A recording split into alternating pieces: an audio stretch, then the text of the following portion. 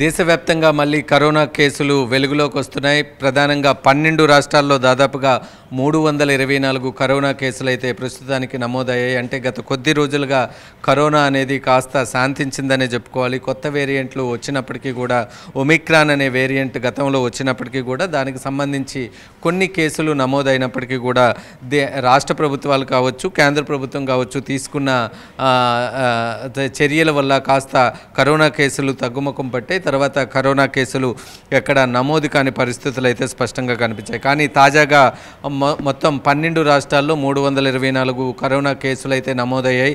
ఈ కరోనా కేసులను ఒమిక్రాన్కు సబ్ వేరియంట్లుగా గుర్తించారు. KP1, KP2గా వీటిని పిలుస్తూ ఉన్నారు. సింగపూర్ నుంచి ఈ సబ్ వేరియంట్ వచ్చినట్టుగా చెప్తూ ఉన్నారు. మొత్తానికి చూసుకుంటే ఇప్పటికే కోవిడ్కి సంబంధించి ఏ విధంగా ప్రజలందరినీ వణికించిందో మనం చూసాం. అదే కోవిడ్ ఇప్పుడు మళ్ళీ విజృంభిస్తున్నట్టుగా కనిపిస్తుంది. ప్రధానంగా 12 రాష్ట్రాల్లో ఈ 324 కేసులు అయితే నమోదయ్యాయి. ఇందులో అత్యధికంగా మహారాష్ట్రలో ఎక్కువగా నమోదైనట్టుగా తెలుస్తుంది. కాకపోతే 2 తెలుగు రాష్ట్రాల్లో ఇప్పటివరకు కూడా ఒక్క కేసు కూడా నమోదు కాకపోవడం కాస్త ఊపిరి పీల్చుకునే అంశంగా మనం చెప్పుకోవచ్చు. మరొక వైపు ఈ కొత్త కోవిడ్ వేరియంట్కి సంబంధించి కేంద్ర ప్రభుత్వం తక్షణమే తగిన జాగ్రత్తలు తీసుకోవాలని కూడా హెల్త్ డైరెక్టర్ నుంచి కూడా సూచనలు మొత్తానికి ఆదేశాలు అయితే జారీ చేయడం జరిగింది. దీంతోపాటు కోవిడ్కి సంబంధించి ఇప్పటికే రాష్ట్ర ప్రభుత్వాలకు అంటే ఏ రాష్ట్రాల్లో అయితే ఎక్కువగా ఈ కొత్త వేరియంట్ కేసులు నమోదవుతున్నాయో ముఖ్యంగా మహారాష్ట్రలో దాదాపుగా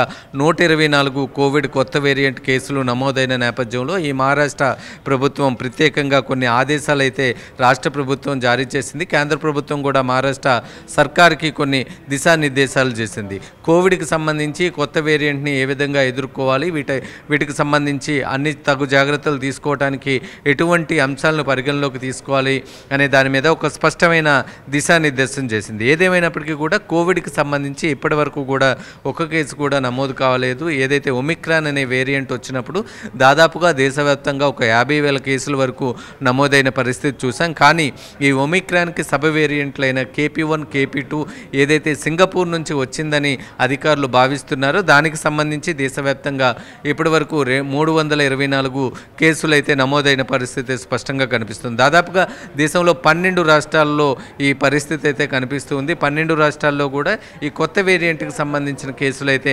నమోదవుతూ ఉన్నాయి. ఈ కొత్త వేరియంట్కి సంబంధించి వ్యాప్తి ఎక్కువగా జరగకుండా ఉండడానికి కేంద్ర ప్రభుత్వం తగిన జాగ్రత్తలు అయితే తీసుకుంది. దానికి సంబంధించి రాష్ట్ర ప్రభుత్వాలకి స్పష్టమైన దిశానిర్దేశం చేసిన పరిస్థితులు అయితే క్లియర్గా కనిపిస్తూ ఉన్నాయి. మరిన్ని ట్రెండింగ్ వీడియోల కోసం News18 తెలుగు ఛానల్ను సబ్స్క్రైబ్ చేసుకోండి.